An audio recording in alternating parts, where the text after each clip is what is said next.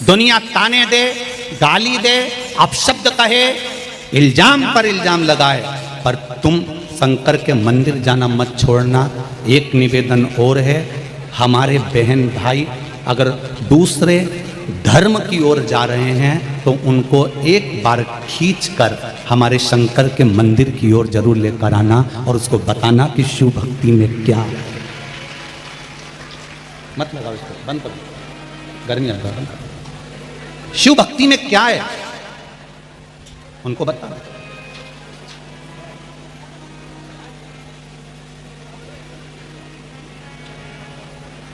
शंकर भगवान की भक्ति में क्या रखा है, शंकर भगवान के भजन में क्या रखा है, शंकर भगवान को एक लोटा जल चढ़ाने में क्या फल की प्राप्ति होती है। जब इस बहन का लीवर किडनी में हुआ कैंसर,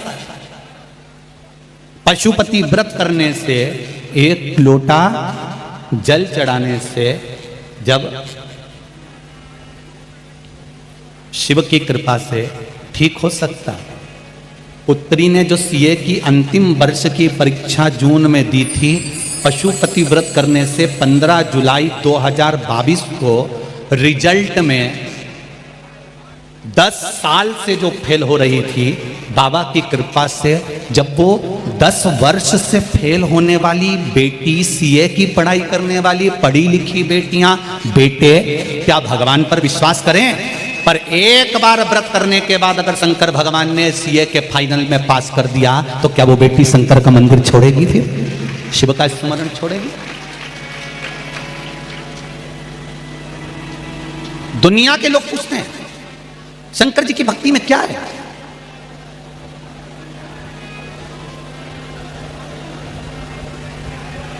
फिल्म वाले हंसी उड़ा देते हैं देवताओं की। फिल्म बनाने वाले को दुनिया के जितने कलाकार हैं जो फिल्म का निर्माण कर रहे हैं, इनको दूसरे धर्म पर कभी फिल्म बनाते हुए नहीं देखोगे और ना इनको उंगली उठाते हुए देखोगे। अगर हंसी उड़ाई है तो केवल सनातन धर्म के और हिंदुओं के देवताओं की उड़ी है, इसके सिवा किसी की नहीं उड़ी। उसको हंसी उड़ाने के लिए पात्रवन किसी दूसरे ने नहीं बनाया, अपने ही कोई व्यक्ति। जैसे आज लोग शंकर जी की कथा पर उंगली उठा रहे हैं, ऐसे कई हैं जो सनातन धर्म के विरोधी हैं, दूसरों से जुड़े हुए हैं। सनातन धर्म जैसे ही बढ़ता है ये टांग खींचकर नीचे पटकने का प्रयास करते हैं।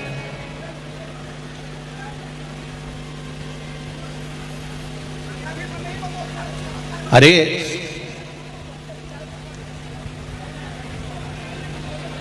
जैसे ही सनातन धर्म बढ़ा और इन्होंने टांग खींचकर पीछे कर, आज पूरा राष्ट्र, पूरा भारत देश 75वीं वर्षगांठ मना रहा है, अमृत महोत्सव मना रहा है, पूरा राष्ट्र मना रहा है। उन राष्ट्रवासियों से निवेदन है, एक बार जिसने ये अपने मुख से कहा कि भारत का तिरंगा ध्वजा घर घर में लगना चाहिए, पहले उसको एक बार जाकर धन्यवाद जरूर देना कि 1950 में एक लागू किया गया था। 1950 में नेशनल फ्लैग को लागू कर दिया गया था कि अगर ध्वजा लगेगी, तिरंगा लगेगा तो केवल सरकारी बिल्डिंगों पर लगेगा। अगर कोई साधारण व्यक्ति इस ध्वजा को हाथ में नहीं फहरा सकता, इस ध्वजा को अपने घर पर नहीं लगा सकता। अगर यह राष्ट्र की ध्वज किसी के घर पर लगी मिली या किसी भी साधारण व्यक्ति ने ध्वजा फहराई तो उसके ऊपर दंड लग जाता था, उसको सजा हो जाती थी। पर आज सबसे ज्यादा गौरव महसूस करो कि आपके घर घर में भारत का झंडा लग रहा है, और भारत का झंडा फहराने वाला कोई विशेष व्यक्ति नहीं है, भारत के झंडे को घर घर में फहराने वाला हम खुद विशेष बनकर फहरा रहे हैं। इसका गौरव महसूस होना है।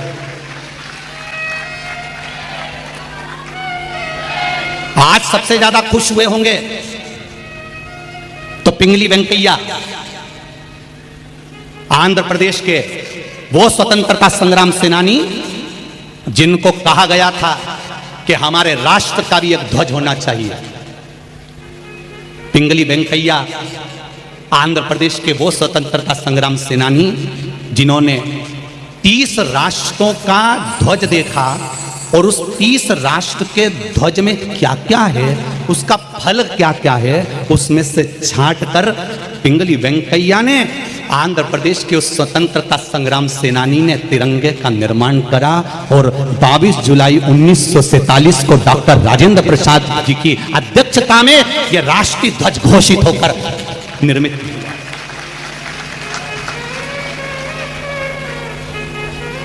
आज भारत वालों को खुशी होना चाहिए। हमारे भारत के शहीदों को सही पुष्पांजलि देना और श्रद्धांजलि देने का तो आज मौका मिला है, जो अपने घरों पर तिरंगा झंडा लहराएगा और भारत माता की जय बोली जाएगी। आज ये शंकर भगवान की कथा करती है। जीवन में जो सुख का अनुभव है, भगवान के पावन चरणों का जो रस तत्व है, एक लोटा जल की जो महत्वता है, जो शिवजी को चढ़ा रहा है, वो जानता है कि शंकर की भक्ति का फल क्या है।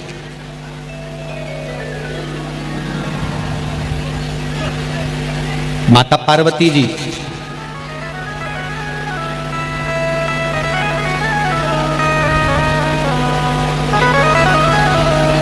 शिवजी से कहती हैं, बाबा जो दुनिया का सबसे सुंदर वन हो, उस वन का मुझे दर्शन करा दो। आवाज बढ़ ला बाबू। दुनिया का जो सबसे सुंदर वन हो, उस वन का मुझे दर्शन करना।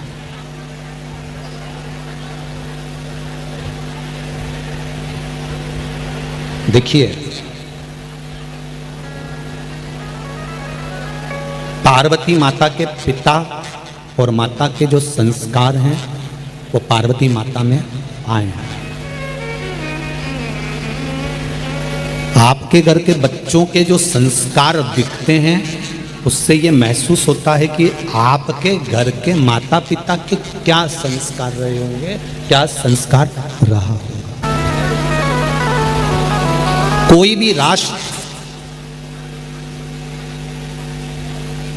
जब तक पराजित नहीं होता, जब तक कि उसकी संस्कृति जिंदा है, उसको कोई हरा नहीं सकता।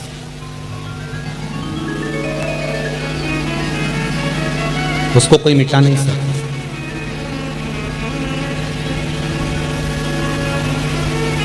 भारत भूमि की संस्कृति, भारत भूमि के इस राष्ट्र के जो 4 शंकराचार्य 4 पीठ में बैठे हुए हैं, इन शंकराचार्यों ने भारत की संस्कृति को जो बनाकर रखा है, इसलिए इस भारत माता की संस्कृति इतनी प्रबल है कि इसको पराजित करने के लिए दम चाहिए किसी भी राष्ट्र को इस पर आक्रमण करने के लिए। संस्कृति के बल पर राष्ट्र जीवित रहता है। पार्वती माता का संस्कार, पार्वती माता का गला पकड़ रहा है। पार्वती माता का संस्कार, पार्वती माता के जो पार्वती मैया की माताएं हैं, पिता हैं, उनके जो संस्कार हैं वो मिले हुए हैं। इसलिए पार्वती मैया ने कहा कि मुझे जो सबसे सुंदर वन है, उस वन में मुझे जाना है, उस वन का मुझे दर्शन करना है।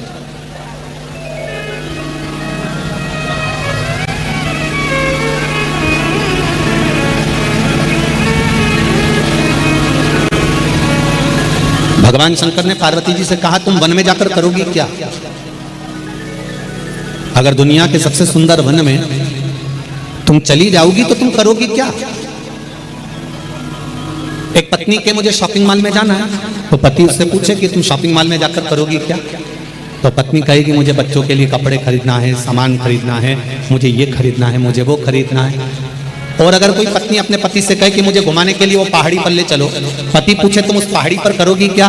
तो पत्नी बोले मुझे वहां से फूल तोड़ के लाना है, मुझे सामान लेकर आना है, मुझे देख कर आना है, मैंने बहुत सुना है, एक बार उस पहाड़ पर चलो तो सही, एक बार उस गार्डन में चलो तो सही, एक बार उस वन में चलो तो सही, मुझे देख कर आना है।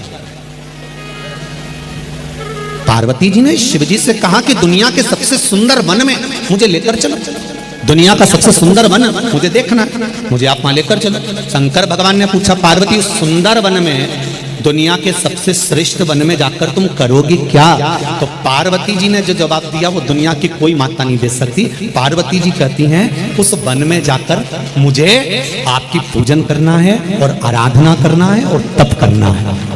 ये संस्कार,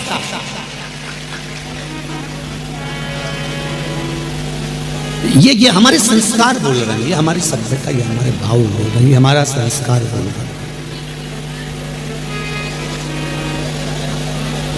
आप लोग ऐसे ही नहीं आ गई होगी, आपने भी अपने घर में अपने अपने पति हो तो कहा होगा ना, जैसे भाभी जी ने कहा, नया भाभी जी ने कि भाई पति से, शर्मा जी से कि सुनो जी मुझे कथा करवाना है। घर की देवरानी जेठानी ने भी आपस में बात करी होगी कि कथा करवाना है। जब देवरानी जेठानियों ने आपस में बात करी होगी तो अपने अपने पत्नियों से कहा होगा कि कथा करवाना है, तब जाकर कथा हुई। उसी तरह से आप लोगों ने भी तो कहीं ना कहीं किसी ना किसी रूप में तो कहा होगा कि भाटापारा में कथा चल रही है, शर्मा जी कथा करवा रहे हैं, आस्था चैनल पर कथा आ रही है, फेसबुक यूट्यूब पर चल रही है, मेरा मन है कि अपन कुछ नहीं तो शनिवार रविवार को तो चले ही चले। ये विचार तो करा होगा आप लोगों ने, तब जाकर कहीं ना कहीं पति की बुद्धि में, चित्त में, परिवार के चित्त वृत्ति में ये बात आई और वो आपको लेकर कथा तक पहुंचे, वो आपको लेकर कथा पंडाल तक पहुंचे, वो आपको लेकर कथा मंडप तक पहुंचे।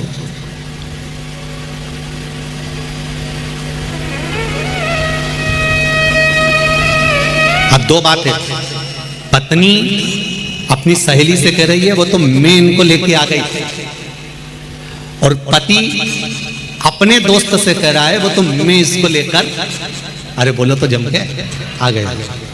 पत्नी सोच रही है कि मैं लेकर आई और पति सोच रहा है मैं लेकर आया। पर सही मायने में देखा जाए ना तुम्हारी सामर्थ्यता है ना उसकी सामर्थ्यता है कि शिव महापुराण तक आ जाओ, ये तो भोले बाबा लेकर आए, शंभू दास। नहीं तो सावन के महीने में शिव महापुराण की कथा सुनना, सावन महीने में ये कथा, बेस थोड़ा कम कर दे बाबू, सावन महीने में ये कथा श्रवण करना, सुनना,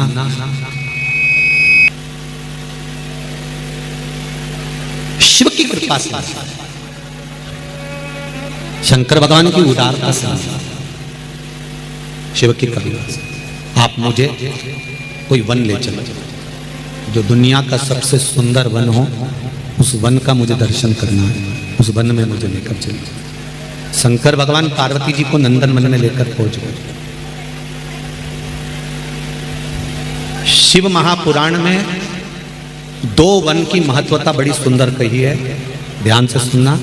पहला महाकाल वन, दूसरा नंदन वन। उज्जैन को महाकाल वन कहा जाता है। कौन सा वन कहते हैं? महाकाल वन। काशी को नंदन वन कहा जाता है। कौन सा वन? नंदन वन।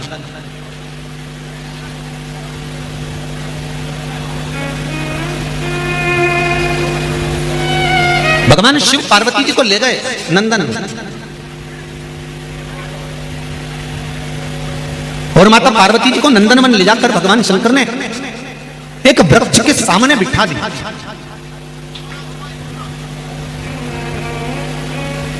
वृक्ष के सम्मुख में बिठाया।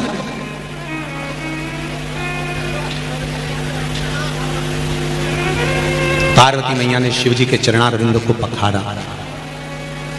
शिव जी के चरणारविंद को पखार कर माता पार्वती मैया शंकर भगवान से कहती हैं कि आप मेरे पास में बैठे रहना, मैं आपका स्मरण करना चाहती हूं। पंचाक्षर मंत्र का जाप माता पार्वती जी ने करना प्रारंभ किया। नमः शिवाय। बाद देवादिदेव महादेव उठे, जाने लगे। पार्वती जी ने रोका, स्वामी रुको, कहां जा रहे हो?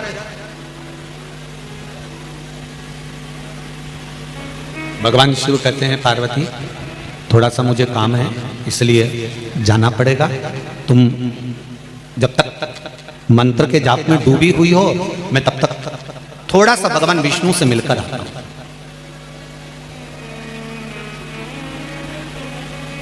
बहुत ध्यान देना इस कथा पर जरा। अशोक सुंदरी का जन्म होने वाला है इस कथा में आज। और स्मरण ये रहे आपको कि शंकर भगवान जब पार्वती जी के साथ में नंदनवन आए हैं, भगवान शंकर जब पार्वती जी के साथ में नंदनवन पहुंचे हैं, भगवान शंकर जब पार्वती जी के साथ नंदनवन में आए हैं, तो शंकर भगवान पार्वती जी को छोड़कर क्यों गए?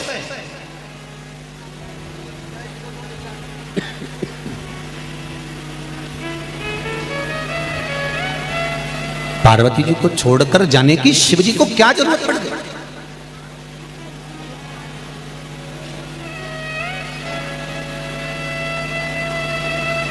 एक बहुत पहले हमने एक बात कही थी, आप लोगों के स्मरण में होगा, कि कथा सुनने बैठो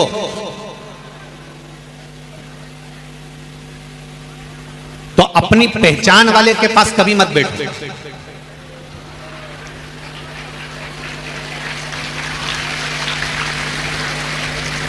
पर यहां हमने कथा के उल्टा देखा है। यहां लोग हाथ हिला के बुला लेते हैं। यहां जो अपने परिचित होते हैं ना, पहचान वाले, उनको हाथ हिला के बुलाते हैं। यहां थोड़ा उल्टा है। अब शिव पुराण कह रही है कि कथा सुनने बैठो या साधना करने बैठो तो पहचान वालों के पास में मत बैठो। क्यों?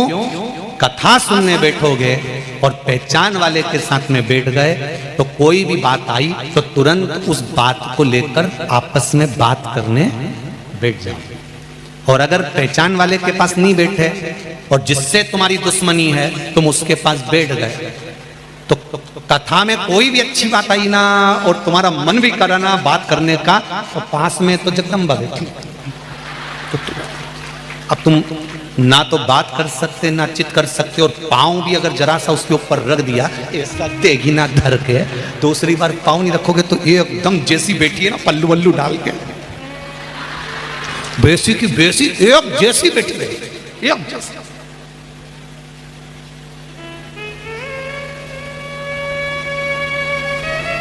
है ना, तप करने बैठे हो ना, साधना करने बैठे हो ना, भगवान को पाने बैठे हो ना, भगवान से नींद लड़ाने बैठे हो ना, तो अकेले की साधना होना चाहिए। आसन लगाया, बैठ गए। शंकर भगवान पार्वती जी को नंदनवन में छोड़कर चले गए तो पार्वती जी पूछ रही हैं कि आप हमें छोड़कर क्यों जा रहे हो? शंकर भगवान ने कहा मुझे भगवान विष्णु बुला रहे हैं इसलिए मुझे जाना पड़ेगा, मुझे वहां पहुंचना पड़ेगा, मुझे वहां जाना है, मैं वहां चले जाता हूं, मेरा वहां पर काम बहुत सारा है तो मैं वहां चले जाऊंगा, मैं वहां पहुंच जाऊं, मैं वहां चले जाता हूं। तो पार्वती जी ने कहा मैं अकेली यहां पर रहूंगी,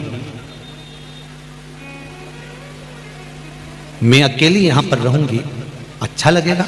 शंकर भगवान कहते हैं पार्वती सुनो, माता के गर्भ से अगर जुड़मा बच्चे भी जन्म लेते हैं ना तो एक साथ पैदा नहीं होते, एक एक कर कर जन्म लेते हैं। मतलब संसार में अकेले आए हो और अकेले ही जाओ, ये निश्चित हो गया, ये निश्चित है। जो जोड़े का जो फल होता है देखा है आप लोगों ने, केला जो होता है जोड़े से, कहीं केले को देखा होगा, जुड़े हुए दो फल होते हैं। बैंगन जुड़े हुए कई बार दो, करेला जुड़ा हुआ कई बार दो। जो जोड़े का फल होता है ना वो माताएं कभी नहीं खाती। इधर खाते हैं क्या? नहीं, उसको नहीं खाते।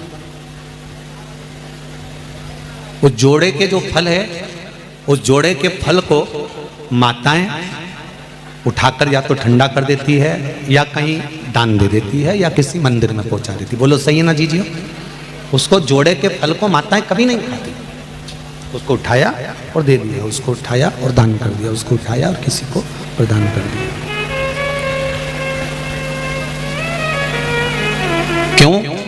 क्योंकि नंदन वन में भगवान शंकर ने माता पार्वती को जोड़े के फल की महत्वता बताई।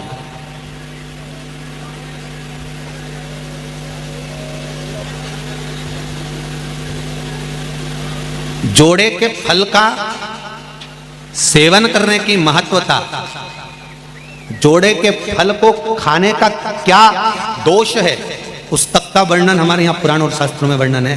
कभी योग लगे तो भविष्य पुराण का थोड़ा सा स्मरण करिएगा। गीता प्रेस गोरखपुर की भविष्य पुराण मंगवाइएगा और उस भविष्य पुराण को थोड़ा सा पढ़िएगा।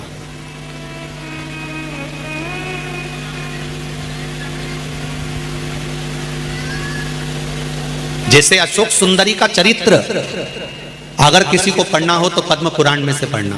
कौन सी पुराण में से? पद्म पुराण में से। अशोक सुंदरी का चरित्र अगर कहीं मिलेगा तो आपको पद्म पुराण में मिलेगा। अशोक सुंदरी का पूरा परिवार का वर्णन, अशोक सुंदरी के जो बच्चे हुए भगवान कृष्ण के, भगवान शंकर के जो नाती पंथी हुए, अशोक सुंदरी के बच्चे जब नाना के घर में आते थे शंकर भगवान के यहाँ तो कैसे रहते थे। अशोक सुंदरी की 100 बेटियां और 2 बेटे हुए थे। उनका पूरा वृतांत अगर आपको पढ़ना है तो पद्म पुराण में पढ़ना। कोई पूछे कि सियोर वाले महाराज ने अशोक सुंदरी का चरित्र शिव महापुराण में बांचा था भाटापारा में, तो ये अशोक सुंदरी का चरित्र तो इसमें शिव पुराण के अंदर कहीं लिखा नहीं, तो कौन सी पुराण में से बांचा? तो आप बता देना। क्या नाम बताओगे? पद्म पुराण में से बांचा। 2 फल की महत्वता, पार्वती, ये 2 फल की जो महत्वता है, 2 जुड़मा फल की जो क्रमता है, उसको अपन बात के प्रसंग में लेंगे। अभी तो अपन जो पार्वती को शंकर भगवान नंदन वन में ज्ञान दे रहे हैं कि पार्वती कह रही है कि मैं अकेली रहूंगी और मुझे भय लगेगा, तो मैं अकेली यहां पर रहूंगी और मुझे कुछ भय हुआ तो उसका क्या? तो शंकर भगवान ने कहा पार्वती, माता के गर्भ से जब बच्चा जन्म लेता है, माता के गर्भ से जब बच्चा पैदा होता है, माता के गर्भ से जब बच्चा जन्म लेता है तब वो अकेला आता है। भले जुड़वा बच्चों ने जन्म लिया पर माता के गर्भ से अगर बच्चा जन्म लेगा तो एक बालक पहले आएगा, दूसरा बच्चा बाद में आएगा। तो बच्चा जन्म लेता है तो एक आता है, अर्थात मृत्यु लोक में अकेले आए हो और अकेले ही हमको जाना।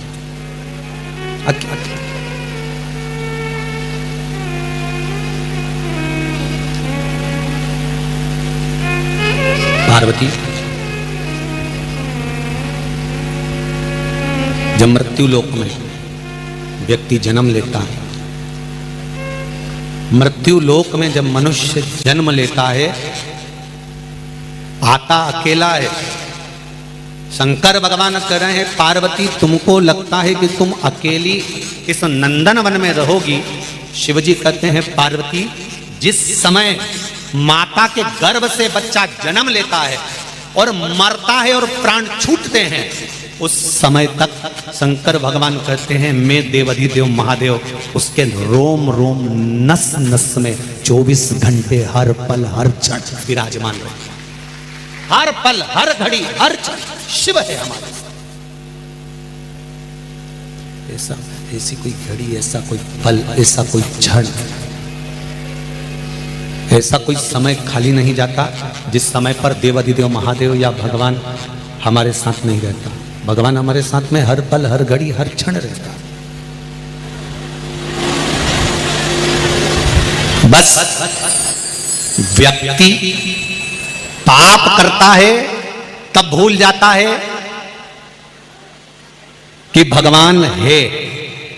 वो जब पुण्य करता है ना, थोड़ा सा किसी को रोटी खिलाएगा ना तो उसको हमने तो बहुत बड़ा पुण्य कर दिया। आज बेचारा एक बूढ़ा व्यक्ति जा रहा था, भूखा था, तो हमने तो पुण्य कमा लिया, हमने तो पुण्य कर लिया।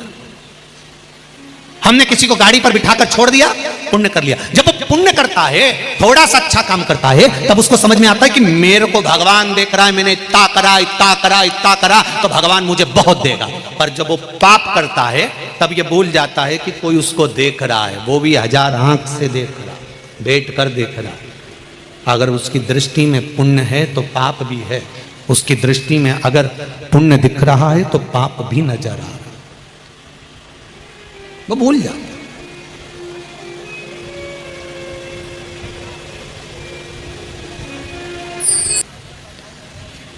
वहां एक पत्र आया था, उस पत्र में लिखा हुआ था कि आस्था चैनल पर कथा आ रही है, फेसबुक यूट्यूब पर कथा चल रही है, फिर ये भाटापारा में इतने सारे लोग कथा सुनने के लिए क्यों आए हैं गुरुजी, इसका कोई उत्तर है क्या? तो उस समय तो नहीं दिया, पर उसका उत्तर हम आपको दे देते हैं। जब इतने सारे लोग एक साथ पंचाक्षर मंत्र नमः शिवाय, षडाक्षर मंत्र ओम नमः शिवाय या श्री शिवाय नमस्तुभ्यम या राम नाम या कृष्ण नाम का एक साथ जाप करते हैं, तो मुख से एक बार मंत्र निकलता है, और वो मंत्र जब इतने लाखों लोगों के मुख से एक साथ निकलता है तो ये 3.5 करोड़ रोम छिद्र सब तर जाते हैं, एक बार में ही तर गए।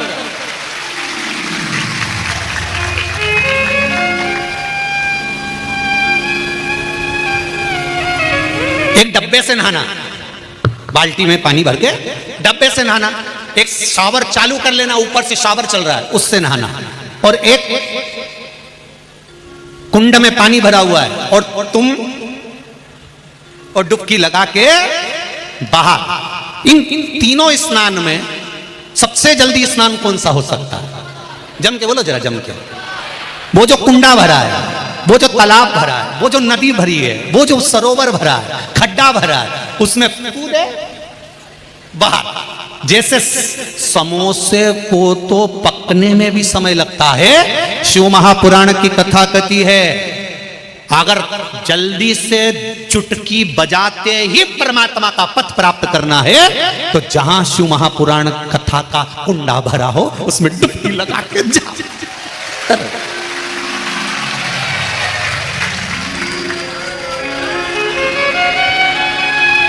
कुंड भरा हुआ है,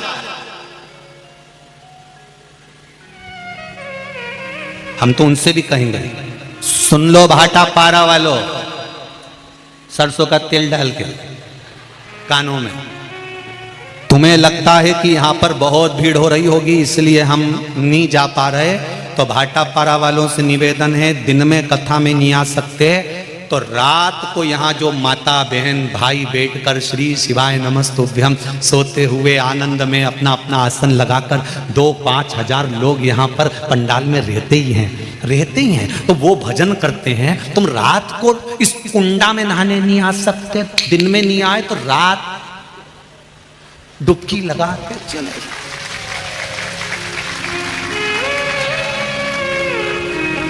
इतने सारे शंकर के भक्तों की चरण की रज भाटापारा के इतिहास में कभी नहीं मिली होगी और ना आगे मिलने वाली।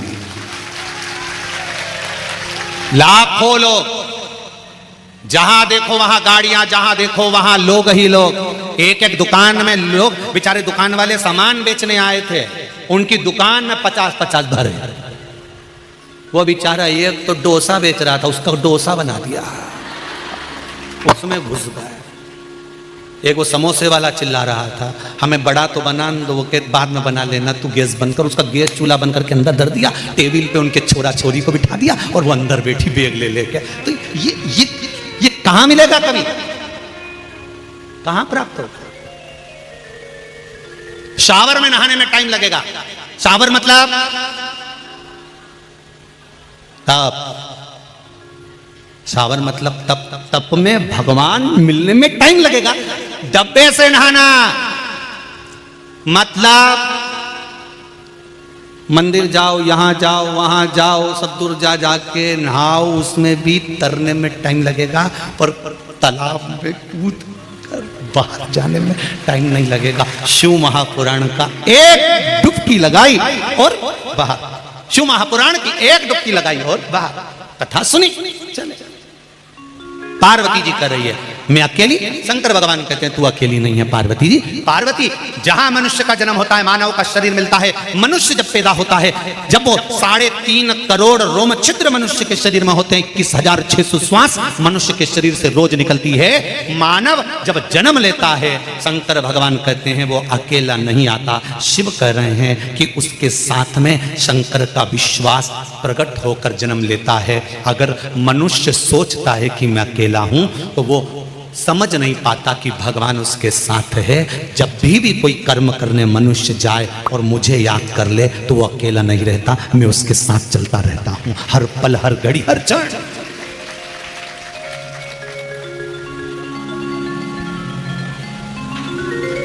क्षण भी व्यर्थ नहीं जाने देता।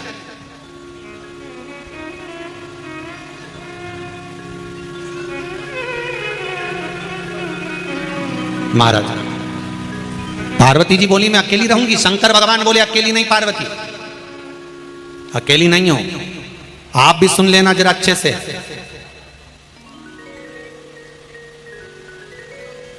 सामूहिक रूप से किया गया भजन, सामूहिक रूप से किया गया कीर्तन, सामूहिक रूप से किया गया स्मरण ना जाने कितने कितने पापी जीवों को तार देता। पापी जीवों तार देता।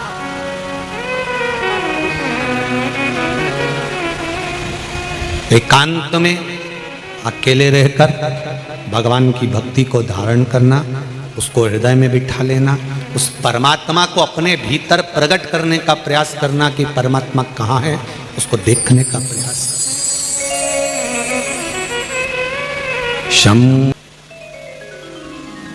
शंकर भगवान को पहचानने का एक दृष्टि, एक नयन, एक नेत्र चाहिए।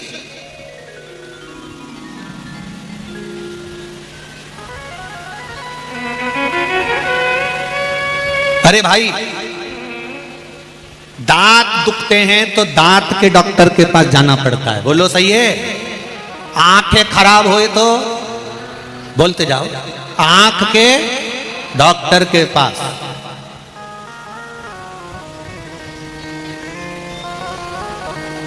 हार्ट खराब हो जाए तो हार्ट के डॉक्टर के पास, और मन खराब हो जाए तो शिव महापुराण रूपी डॉक्टर के पास पहुंच जाना चाहिए, शंकर के।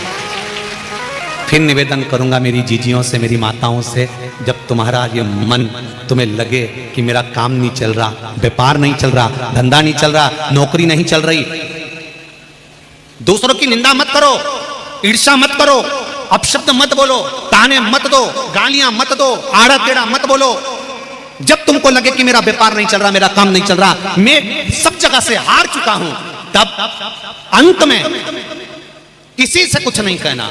जो तुम्हारे नजदीक में शंकर जी का मंदिर हो, उस मंदिर में थोड़ी देर जाकर शंकर भगवान के शिवलिंग का दर्शन करो, नंदी की पीठ पर हाथ रखकर उसके कानों में कह कर आ जाना, बाबा से कह दे मेरे दुख काट दे, बहुत दुखी हूं मैं, एक बार तो के नंदी मेरे दुख को काट दे, उसके कानों में कह कर आ जाओ।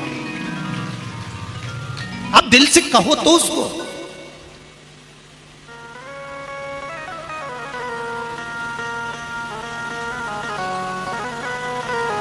दिल से बोला ही नहीं आपने एक बार भी।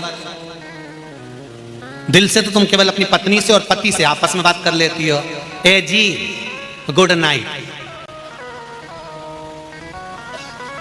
इतने दिल से तुम कभी देवाधिदेव महादेव से बोली हो, भोला ए भोला ए भोला? इतने में तो पति चिल्ला के बोलेगा, सो रही काय को चिल्ला रही? मैं तुमसे थोड़ी ना बात कर रही, मैं तुझसे कह रही। किससे? शिव जी से। भोला ए भोला, शंभू शंकर ए मेरे ओ घड़ी, मेरे दयालु कृपा ले भी जपते थे। पर अब ऐसा क्या है कि हम पशुपति व्रत करते हैं, हम एक लोटा जल चढ़ाते हैं, हम बेलपत्र चढ़ाते हैं और बाबा हमारी सुन लेता है। उसका कारण क्या है?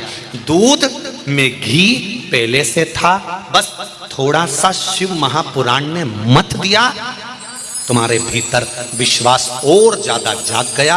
अब भगवान को प्रकट होने में देरी नहीं लगती, तुरंत प्रकट हो जाता। उसके प्रकट होने में देरी नहीं लगती, तुरंत हो जाता।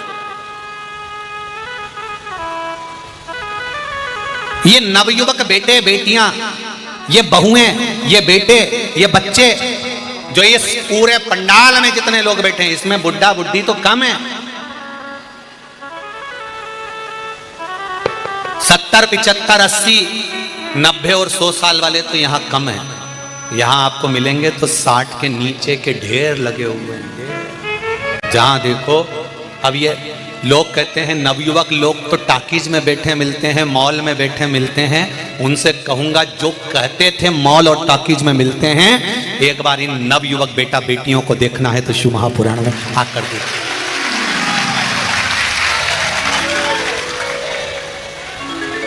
बदला है मेरा राष्ट्र। जो सनातन धर्म को लोग खींचकर बीच में से तोड़ना चाहते थे, जो सनातन धर्म को लोगों ने बर्बाद करने का विचार कर लिया था, शिव महापुराण ने उस सनातन धर्म को फिर जोड़ दिया, पुनः वापिस स्थापित कर दिया।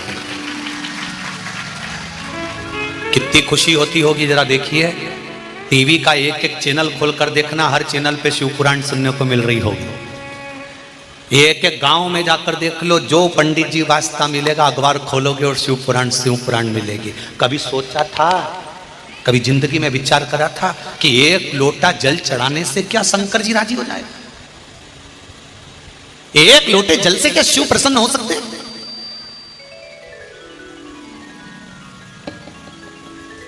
हम उसके दरवाजे पर जा रहे हैं और वो हमारी सुन रहा है।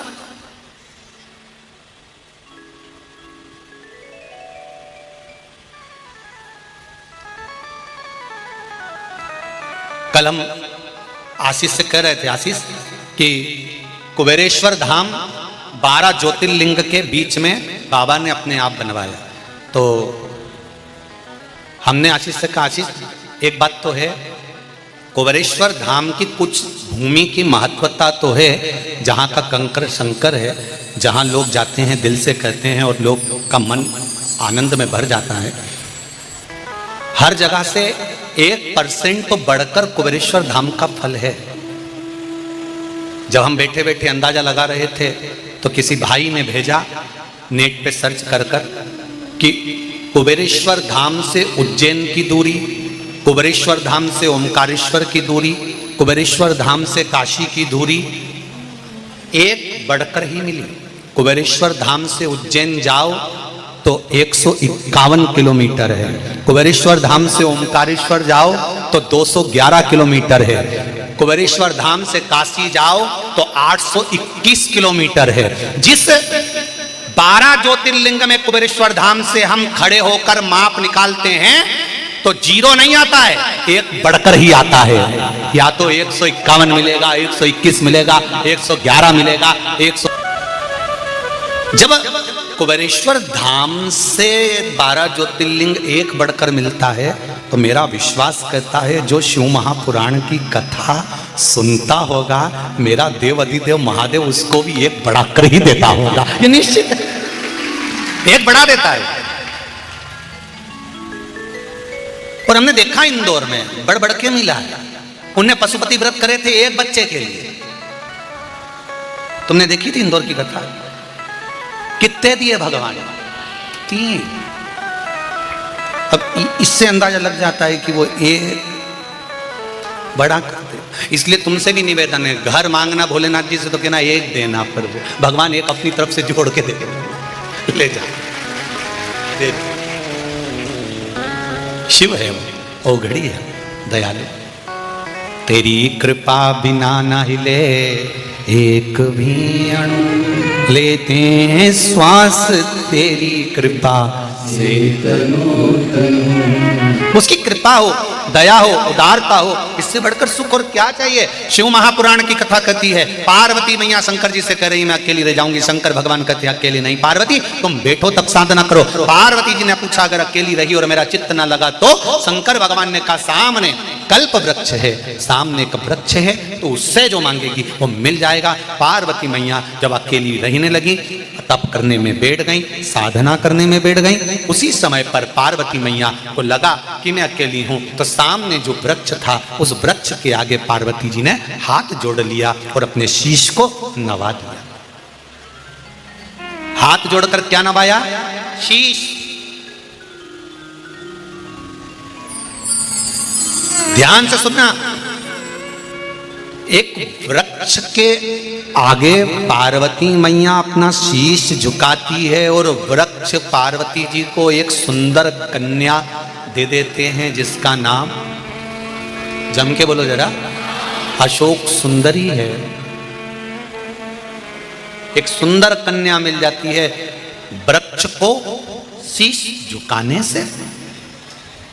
बहुत हंसते हैं दुनिया के लोग, बहुत हंसते हैं। बताओ, पीपल के पेड़ के नीचे दिया लगाने से कुछ होता है? आंवले के वृक्ष के नीचे दिया लगाने से कुछ होता है? बेलपत्री के वृक्ष के नीचे दिया लगाने से कुछ होता है?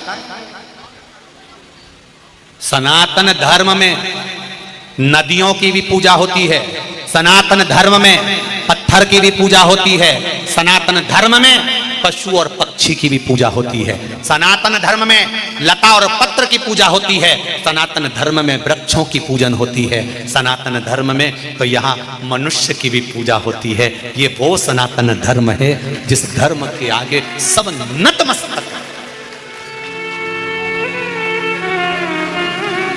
सनातन धर्म के आगे सब नतमस्तक। धर्म की, सनातन धर्म के आगे कोई नहीं। सनातन धर्म प्रबल प्रखर सबसे बलवत्ता।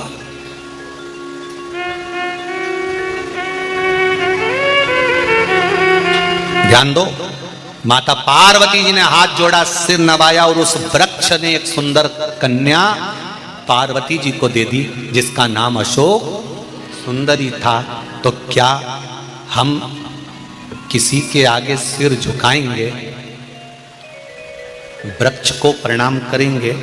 पीपल वृक्ष हो, आंवले का वृक्ष हो, बट वृक्ष हो, बेलपत्री का वृक्ष हो, सिद्ध वृक्ष हो, सिद्ध वट हो, हम अगर प्रणाम करेंगे तो क्या हमको नहीं देगा?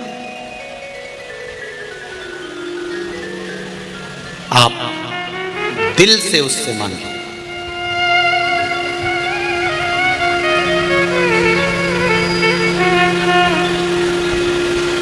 आप दिल से उससे प्रार्थना करें, आप दिल से उससे निवेदन करें। जब आप दिल से प्रार्थना करेंगे, दिल से निवेदन करेंगे, दिल से उससे कहेंगे, वो स्वीकार करेगा, करेगा स्वीकार। आप में से कितने लोग हैं जो शिव मंदिर जाते हैं और जाकर एक लोटा पानी चढ़ाते हैं पर दिल से चढ़ाते हैं? जब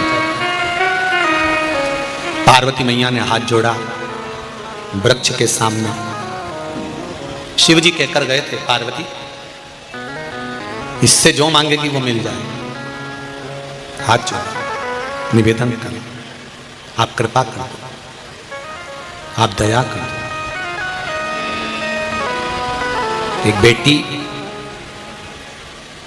पार्वती जी के एकांत को समाप्त करने के लिए, शोक को दूर करने के लिए अशोक सुंदरी प्रकट, उसके नाम के आगे लगा है सुंदरी। सुंदरी का मतलब है इतनी सुंदर, इतनी सुंदर, इतनी सुंदर कि नंदन वन में जब अशोक सुंदरी का प्रागट्य हुआ तो चारों तरफ प्रकाश ही प्रकाश हो गया था, चारों तरफ आनंद ही आनंद हो गया।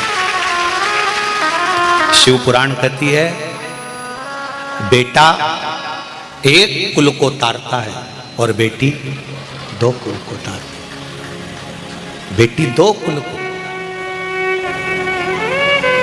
बेटे के जन्म से जितना प्रकाश नहीं होता, शिव पुराण कर रही है, उतना प्रकाश आपके घर में अगर बेटी का जन्म होता है तो चारों तरफ आनंद की लहर हो जाती है, प्रकाश ही प्रकाश हो जाता है।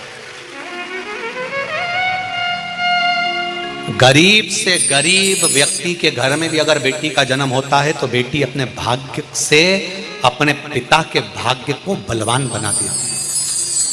पिता के भाग्य को प्रबल बनाने वाली हैं बेटी, प्रबल, पिता के भाग्य को प्रबल। जिनके घर में एक बेटी का जन्म होता है वो किस्मत वाले होते हैं, भाग्यशाली होते हैं। जिनके घर में दो बेटी का जन्म होता है उनके भाग्य को शेषनाग जी अपने फंड से वर्णन नहीं कर सकते। जिनके घर में 3-4 बेटियां जन्म ले लेती हैं उनके लिए शंकर भगवान कहते हैं वो घर कोई दूसरा नहीं होता।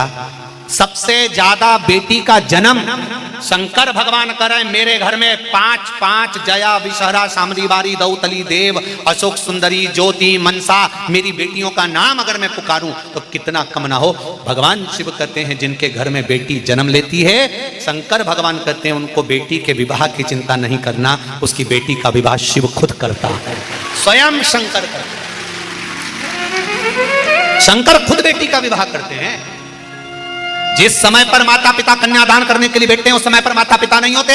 शंकर पार्वती स्वयं माता पिता के रूप में कन्यादान करने के लिए बैठते हैं, स्वयं शिव और पार्वती। मेरा निवेदन बेटियों से, दूसरे के दिखावे में आकर भटक मत जाना।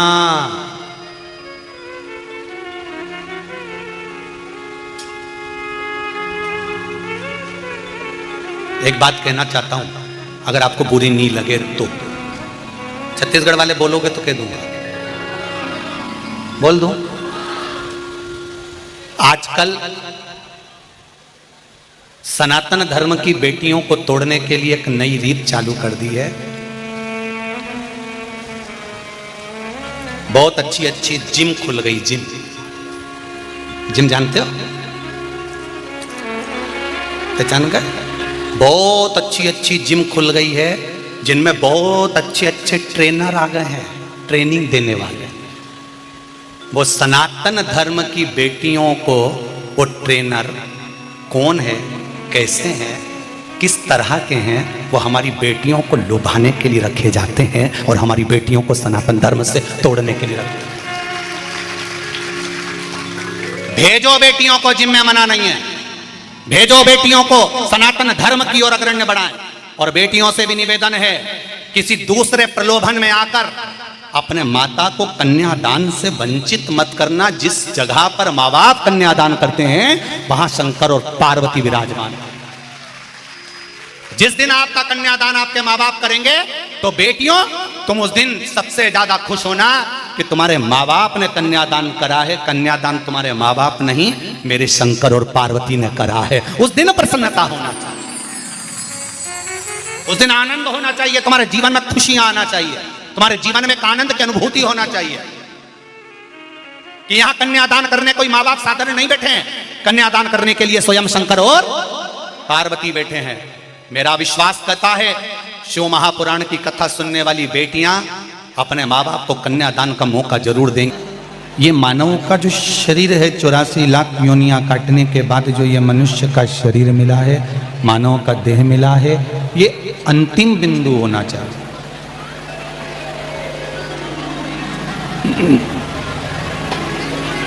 ये मानव का शरीर अंतिम बिंदु पर होना चाहिए, क्योंकि इसके बाद में फिर कोई जन्म मिले ना मिले, पर भगवान की भक्ति कर कर हम भगवान के इस चरणों में अपना स्थान बना लें, जिससे बार बार फिर हमें जन्म मरण के चक्कर में नहीं पड़ना पड़े।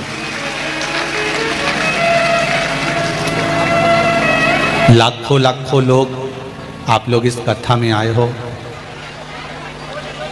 कोई गिनती नहीं आपकी। पूरे भाटापारा में कहीं जगह नहीं, जहां देखो वहीं गाड़ियां, आप और आपकी अविरल भक्ति है। इसके सिवा कुछ भी नहीं। कितने घंटों से इंतजार कर रहे हो कथा का, वो कथा हाथ से ना चली जाए उसका ध्यान रखना। बड़ी मुश्किल से 5-5, 6-6 घंटे से इंतजार में लगे हो और 3 घंटे की 2.5 घंटे की कथा अगर बातचीत में छूट गई तो फिर आना व्यर्थ था, फिर आने का कोई सार्थक नहीं था। बड़ी मुश्किल से मिलती और बड़े प्रसन्न हुआ करो। जब सत्संग में जाया करो तो उसमें अपने को मुख नहीं उतारना। सत्संग में जाओ तो बड़े खुश होकर जाओ, और सत्संग से घर भी जाओ तो बड़े खुश होकर जाओ। और कोई तुमसे पूछे कि कहाँ बैठे हो, तो सत्संग में जब बैठो तो प्रसन्न होकर बताना कि मैं भगवान की शरण में बैठा हूं, मैं किसी गलत जगह पर नहीं बैठा, मैं किसी गलत स्थान पर या गलत जगह पर नहीं बैठा हूं, मैं भगवान की शरण में बैठा हूं। उसकी शरण में, उसके चरणों में भक्ति का एक बल हमारे भीतर जागृत हो जाता है। भक्ति का एक बल।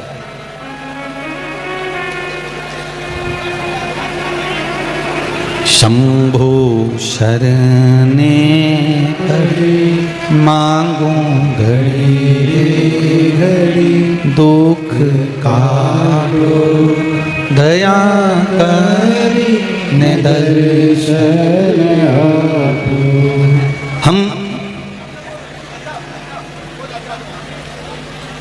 एक बात आपको कहें, जब लड़का पढ़ता नहीं है ना, जब लड़का विद्या अध्ययन नहीं करता, पढ़ता नहीं है, पढ़ाई पर उसका ध्यान नहीं रहता, पढ़ता नहीं, तब हम बच्चे से कहते हैं थोड़ा कम से कम 12वीं तक तो पढ़ ले।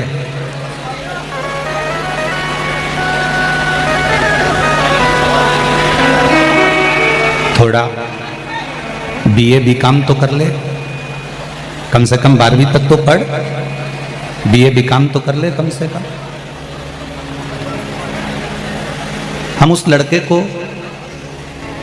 हम उस बच्चे को बार बार समझाते हैं कि बीए कर ले, बीकॉम कर ले, थोड़ा पढ़ ले, अच्छे से पढ़ाई कर ले, कुछ नहीं कर तो कम से कम थोड़ा बहुत तो पढ़ ले, मैट्रिक तो कर ले, 12th तो कर ले, 10th तो कर ले, बीकॉम बीए तो कर ले। घर के लोग अपने बच्चे को बार बार कहते हैं, बार बार समझाते हैं, बार बार पढ़ाते हैं कि इतना पढ़ ले, इतना पढ़ ले, इतना पढ़ ले। उसी तरह जो गुरु होता है, उसी तरह जो सतगुरु होता है, वो सतगुरु, वो गुरु आपसे इतना जरूर कहता है कि अभी भजन का समय है, मौका मिला है, स्मरण का मौका है, भजन का मौका है, कीर्तन का मौका है, कीर्तन कर लो, भजन कर लो, स्मरण कर लो, ये अभी मौका मिला है। 21,600 श्वास प्रत्येक मनुष्य को मिलती है, प्रत्येक मानव को प्राप्त होती है, और वो 21,600 श्वास का अगर सदुपयोग हो जाए, 21,600 श्वास का यदि सही उपयोग हो जाए तो परमात्मा को मिलने में फिर वो देरी नहीं होती, परमात्मा मिल जाए। उस श्वास का सदुपयोग करना सीख। शंकर की भक्ति में, शंकर के स्मरण में, शंकर भगवान के मंत्र जाप में, शंकर भगवान के नाम जाप में, शंकर भगवान के स्मरण में जितनी श्वासें हमारी लग रही हैं, जितनी श्वासें हमारी जा रही है, समझ लेना कि पूर्व में जो श्वासें गई वो श्वास किसी काम की नहीं थी, और जो श्वास भगवान के मंत्र जाप में, भगवान के भजन में लग रही है, वो श्वास की कीमत स्वयं भगवान ही जान सकता है कि उसका आनंद क्या है, उसका सुख क्या है। बचपन में आपने भगवान का भजन नहीं करा, जवानी में नहीं करा, अधेड़ी में नहीं करा, मान लो बुढ़ापा आ गया और दुनिया के लोग कह रहे हैं कि बुढ़ापे में भजन करके अब कौन सा तुम इतिहास रच दोगे। तो कहने वाले को इतना जरूर कह देना, बताने वाले को इतना जरूर बता देना कि भगवान के भजन में, भगवान के कीर्तन में, भगवान के मंत्र जाप में, भगवान की कथा में उम्र नहीं देखी जाती। परमात्मा की भक्ति में उम्र का कोई क्रम नहीं है। आर्मी की नौकरी करोगे, मिलिट्री की नौकरी करोगे तो उसमें लिखा है कि उम्र इतनी होना चाहिए। विद्युत विभाग की नौकरी करोगे तो उसमें लिखा हुआ है उम्र इतनी होना चाहिए। शिक्षक की नौकरी करोगे तो शिक्षक में भी लिखा हुआ है उम्र इतनी होना चाहिए। पुलिस की नौकरी करोगे तो उसमें एडमिशन करने के लिए, पुलिस में शामिल होने के लिए उम्र लिखी होती है कि इतनी उम्र होना चाहिए। गवर्नमेंट जॉब करो चाहे प्राइवेट जॉब करो, प्रत्येक जॉब में, प्रत्येक सर्विस में, प्रत्येक नौकरी में उम्र लिखी होती है कि इतनी उम्र वाले को लिया जाएगा और इतनी उम्र वाला फॉर्म भर सकता है। अब एक बात विचार करो, ये तो नौकरी वालों का हो गया कि नौकरी वाले के लिए उम्र लिखी है। जो कपड़े की दुकान कर रहा है, पान की दुकान कर रहा है, किराने की दुकान कर रहा है, टीवी फ्रिज की दुकान कर रहा है, व्यापार कर रहा है, व्यवसाय कर रहा है, उसकी कोई उम्र लिखी है क्या? अरे बोलो तो जम के, नहीं लिखी ना। जो नौकरी कर रहा है उसकी उम्र लिखी कि तुम्हें इतनी उम्र तक नौकरी करना है, तुम्हें इस उम्र से शामिल किया जाएगा, तुम्हें इस उम्र में लिया जाएगा, तुम्हें इस उम्र में तुम्हारी नौकरी लगा दी जाएगी। पर जो धंधा कर रहा है, जो बिजनेस कर रहा है, जो व्यापार कर रहा है, उसकी कोई उम्र नहीं।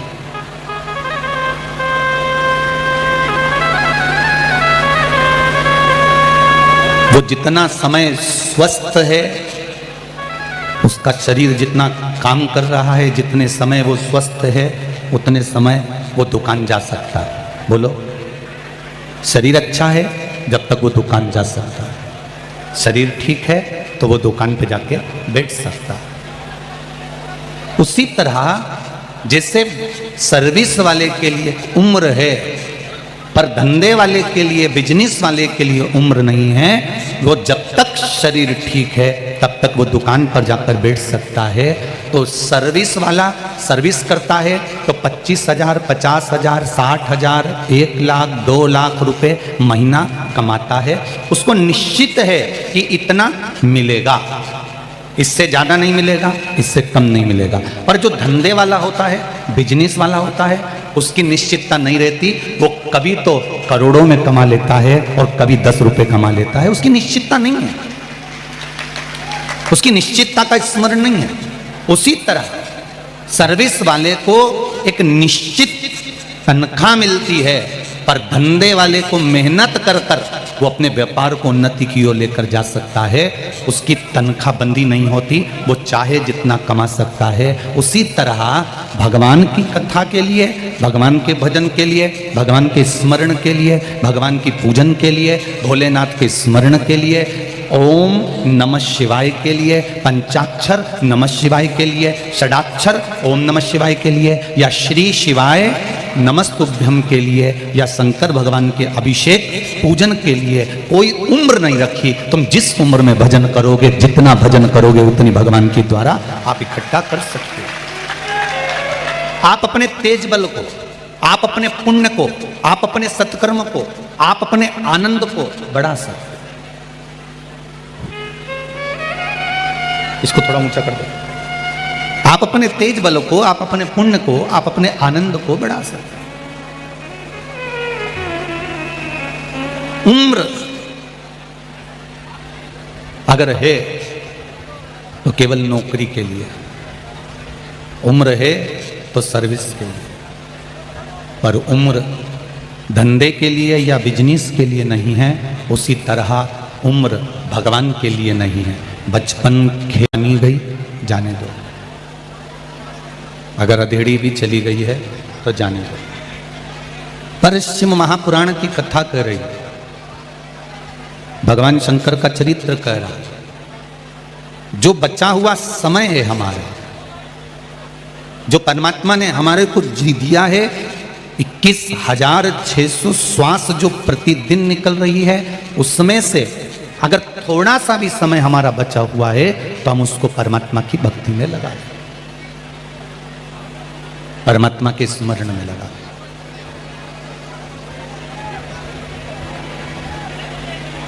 मैंने तेरे ही भरोसे, ओ बाबा तेरे ही भरोसे, हवा बिच उड़ती जावांगी, बाबा डोर हटो छठी नाम कढ़ी जावांगी।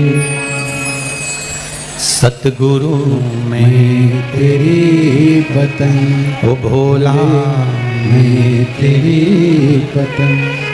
भगवान का नाम, भगवान का जाप, भगवान का स्मरण, भगवान का मंत्र जाप, भगवान का भजन, भगवान का कीर्तन, भगवान के मंत्र का स्मरण, भगवान को एक लोटा जो तुम जल समर्पित कर रहे हो, भगवान को एक बेलपत्र जो तुम समर्पित कर रहे हो, भगवान को एक चावल का दाना जो तुम समर्पित कर रहे हो, वो अपनी चित्त वृत्ति में उतार कर रखना कि वो चढ़ाया गया एक लोटा जल इस मनुष्य देह का मृत्यु लोक में भी उद्धार करता है, और जब हम उस परमात्मा के दरवाजे जाते हैं तो वहां भी उद्धार कर देता है।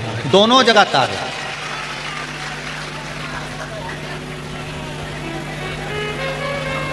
प्रत्येक जगह पर आपका किया गया भजन केवल मनुष्य देह को नहीं तार रहा है, आपका किया गया भजन केवल आप अकेले को नहीं तार रहा है। आपका किया गया भजन, प्रहलाद ने जब भगवान का भजन किया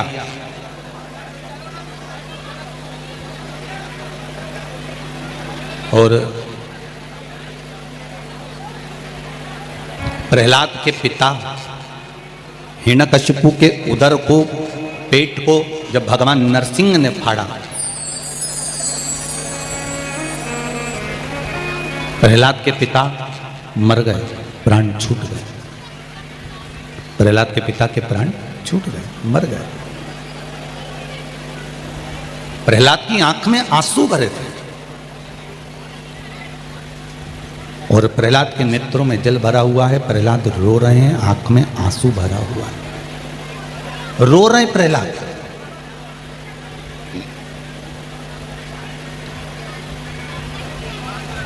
भगवान नरसिंह ने पूछा, प्रहलाद तुम क्यों रो रहे हो? तुम्हारे पिता मर गए, तुम्हारे पिता के प्राण चले गए, तुम इसलिए रो रहे हो?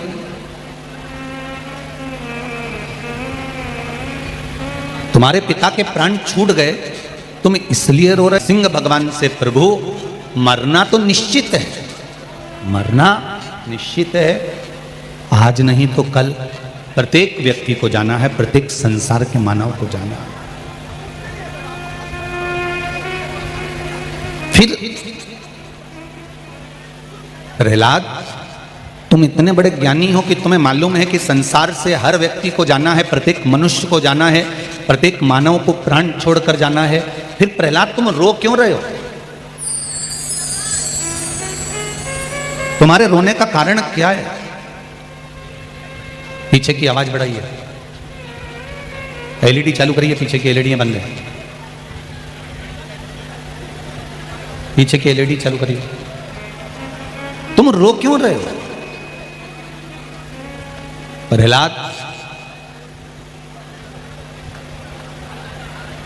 जब तुम्हें मालूम है कि प्रत्येक संसार का व्यक्ति मरेगा, प्राण छूटेगा और उसके प्राण जाएंगे, तो फिर क्यों रोना?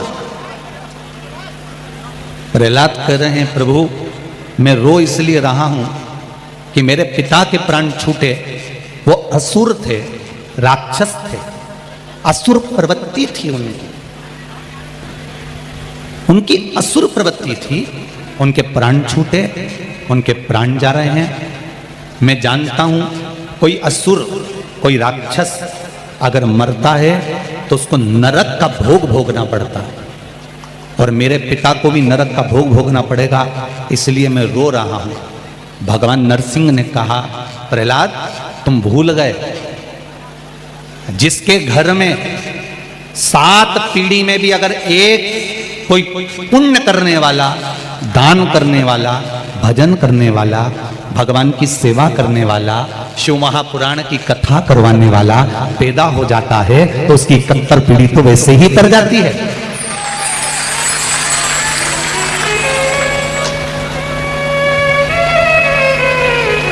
उसकी पीढ़ियां तो वैसे ही तर जाती है। प्रहलाद तुमको लगता है कि तुम्हारे पिता मरने के बाद नरक जाएंगे, तुमको लगता है कि तुम्हारे पिता राक्षस थे इसलिए नरक पड़ेंगे, तुमको लगता है तुम्हारे पिता असुर थे, दैत्य थे इसलिए वो नरक पड़ेंगे? नरसिंह भगवान कहते हैं कि तुम उनके घर में तेरे जैसा बेटा जन्मा, उनके घर में तेरे जैसा पुत्र जन्मा, इसलिए वो नरक नहीं भोगेंगे, वो स्वर्ग का राज्य भोगेंगे। वो नरक नहीं भोगने वाले हैं, स्वर्ग का राज्य भोगेंगे। मैं शर्मा परिवार को बहुत बहुत धन्यवाद देना चाहूँगा। नेहा भाभी जी आपको भी, अश्विन जी आपको भी, आपके माता पिता को, आपके भाइयों को, आपके भाभियों को, बहुओं को, पूरे परिवार को धन्यवाद देना चाहूँगा कि घर में कम से कम एक व्यक्ति के कहने पर ये शिव महापुराण की कथा करवा कर पूरे कुल को दान दिया। इतना कुल तारा है।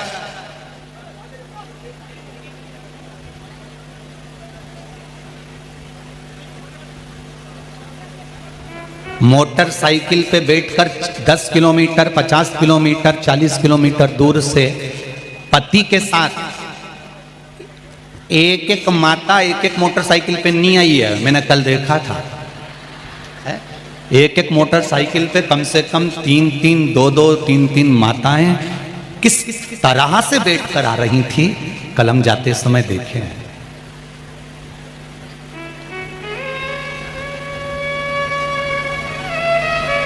मैं आस्था चैनल वालों से कहूँगा, केवल यही पंडाल नहीं, बाजू वाला पंडाल, ये पंडाल, बाहर जो धूप में चिलचिलाती धूप में बैठे हैं, जगह नहीं है तो गाड़ियों पर खड़ा कर कर बैठे हैं, कीचड़ है तो मेरी माताएं अपने साथ में दरी और चटाइयाँ ले लेकर आई हैं, अपने अपने गाँवों से वो बिछा बिछा कर बैठी हैं।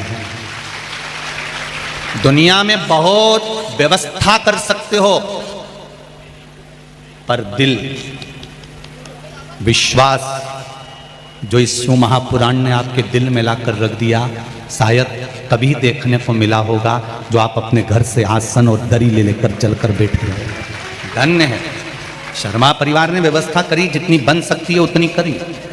उनको भी इतना अंदाजा नहीं था। पहले उन्होंने कहा था टेंट लगाया है 1 लाख पब्लिक के लिए, तो हमने शर्मा जी से कह दिया था, बोले थे कि पहले दिन की तैयारी रख लीजिए, दूसरे दिन से टेंट की व्यवस्था कर लीजिए।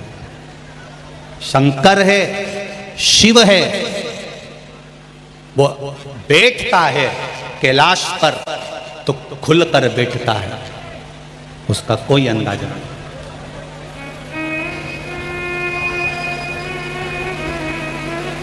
कोई अंदाजा नहीं।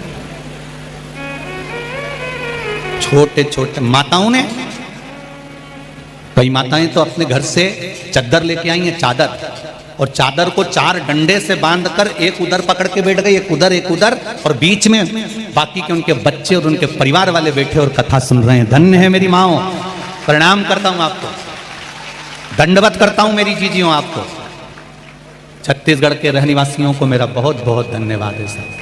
यहाँ शंकर की कथा को आप लोग लेने के लिए आए हो, शिव तत्व को लेने के लिए आए हो, और ये विश्वास मानकर बैठना मेरी माताओं, जितने दिल से आपने शंकर भगवान को विश्वास कर कर अपने हृदय में शंकर भगवान को विश्वास कर कर, जितने लोग आस्था चैनल पर सुन रहे हैं, जितने फेसबुक और यूट्यूब पर सुन रहे हैं, जितने विश्वास के साथ आपने भगवान शंकर को अपने दिल में बिठाया है, ये विश्वास मानना कि तुम्हारे संकट को भी शंकर भगवान ने दिल से मिटाया है, तुम्हारे संकट को मिटा दिया। एक पत्र आया है, देखिए,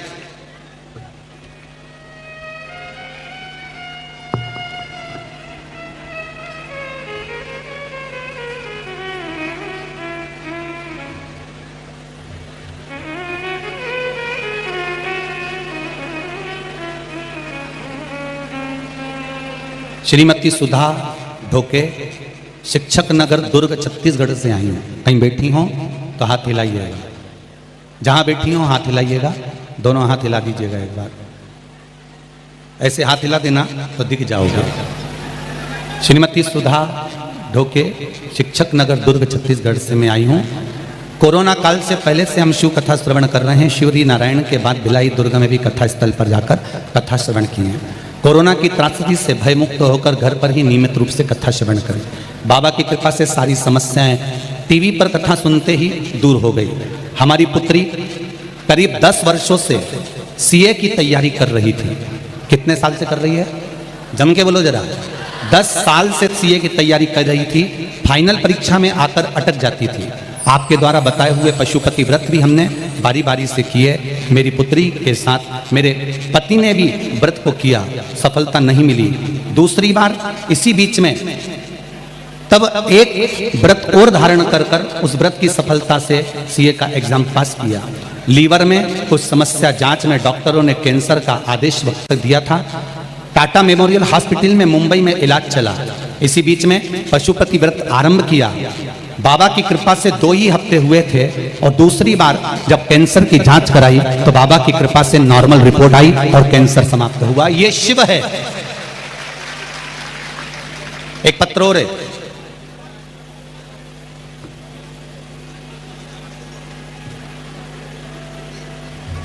मेरा नाम सरिता शर्मा है। मेरा ससुराल मुजफ्फरनगर उत्तर प्रदेश में है। मेरी शादी को 8 साल हो चुके थे, संतान नहीं थी। फिर मेरे ससुर जी आपकी कथा को देखने के लिए प्रेरित किए। गुरुजी 2 साल में आपकी कथा सुन रही हूँ और आपके द्वारा बताए गए पशुपति व्रत को 5 सोमवार किया। पूरे श्रावण मास घी से शिवजी का अभिषेक किया, प्रार्थना की और बाबा की कृपा से मेरे घर में 8 साल के बाद बच्चे ने जन्म लिया। डॉक्टरों ने मना कर दिया था कि तुम्हारे यहाँ संतान नहीं होगी, फिर भी मेरे भोले बाबा ने दिया है। मेरी बेटी का मैं फोटो डाल रही हूं। हर हर ये शिव है।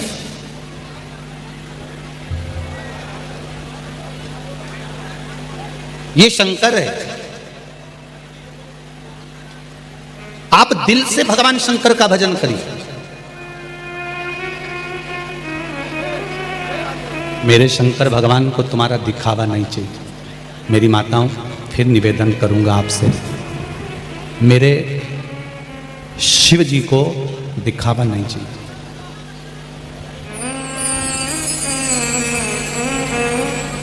मेरे शंकर भगवान को एक लोटा जल भी अगर आप चढ़ा रहे हो तो दिल से चढ़ाना, दिल से।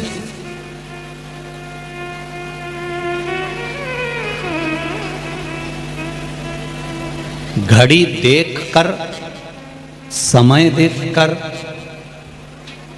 भगवान का भजन मत करो। भगवान का भजन घड़ी देखकर मत करो। भगवान का भजन ये मन से करो कि घड़ी का समय भी वो बदलेगा। हमें तो केवल उसका मंत्र जाप, उसका स्मरण करना।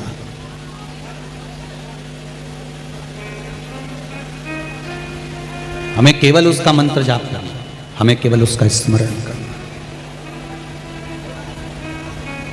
आप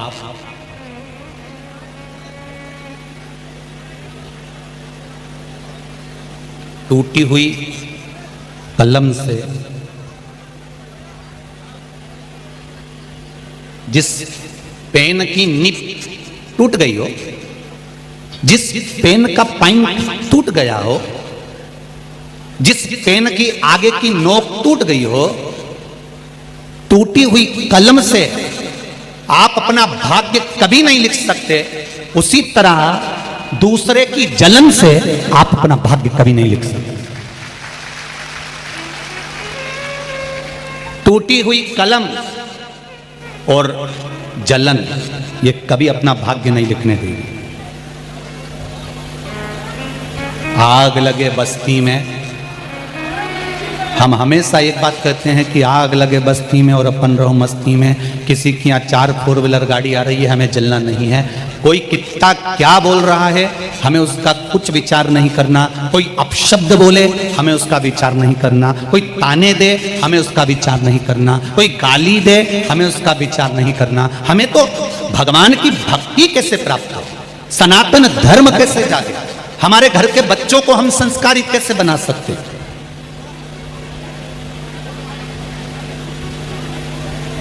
एक लड़के ने लिखा है, मेरी जिंदगी बदल दी आपने, क्या दूं मैं आप कथा में आ गए, इससे ज्यादा मुझे कुछ भी नहीं चाहिए बाबू, बहुत है।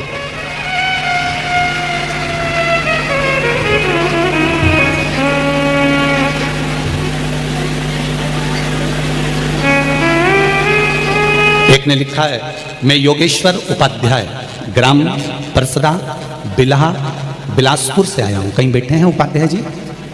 कहीं बैठे हो तो हाथ हिलाइएगा। मैं योगेश्वर उपाध्याय, ग्राम परसदा, बिलासपुर से आया हूं। हम सपरिवार आपकी शिव कथा सुनते हैं। कई लोगों ने पहले हमारा बहुत मजाक उड़ाया कि ये लोग तो पागल हो गए हैं। इसमें लिखा है, योगेश्वर जी जैसे लोग आपका मजाक उड़ाते हैं, ऐसे सीहोर वाले महाराज का तो दुनिया मजाक उड़ाती है। थोड़ी सी भी पूजन कराते हैं तो लोगों को लगता है इन्होंने गलत करा दिया।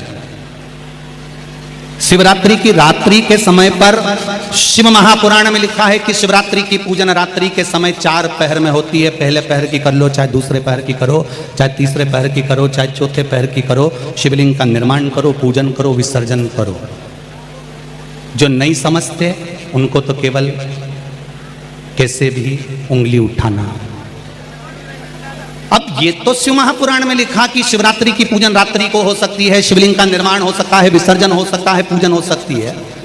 जो उंगली उठाने वाले हैं उनसे मुझे तो केवल इतना सा पूछना था कि गणेश जी महाराज रात्रि को विसर्जन होते हैं, देवी जी आधी रात को लोग विसर्जन करने जाते हैं, उसके लिए कभी आप लोगों ने आगे बढ़कर क्यों नहीं कहा? उसके लिए तो कभी एक बार प्रयास करना था कि आधी रात को गणेश जी विसर्जन, और आप खुद चिल्ला चिल्ला के कहते हो गणपति बप्पा जय माता दी। उपाध्याय जी, लोग आपको पागल कर रहे हैं तो आपको इसमें गर्व महसूस होना चाहिए। जब कोई आप पर उंगली उठाए आपको गर्व महसूस होना चाहिए।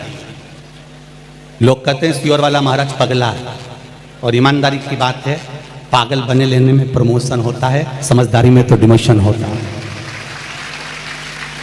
आप लिख रहे हैं गुरुदेव शिव की कृपा से क्या होती है? कोई हमसे पूछे हमारा बोर सूख गया था, पानी ही नहीं था, हमने शिव का नाम लेकर रुद्राक्ष का जल एक बेलपत्र पानी में घोलकर उस बोर में डाल दिया, और बोर में डालने के बाद बाबा की ऐसी कृपा हुई, जो बोर 250 से 300 फीट नीचे था 35 फीट पर पानी आ गया और वो पानी फेंकना प्रारंभ कर दिया। ये शिव है।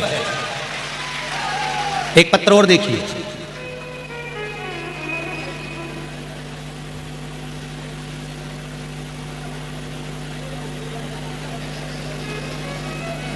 गुरुजी मैं आशुतोष यादव डोंगरगढ़ छत्तीसगढ़ से निवासी हूं। कहीं बैठे हैं आशुतोष जी?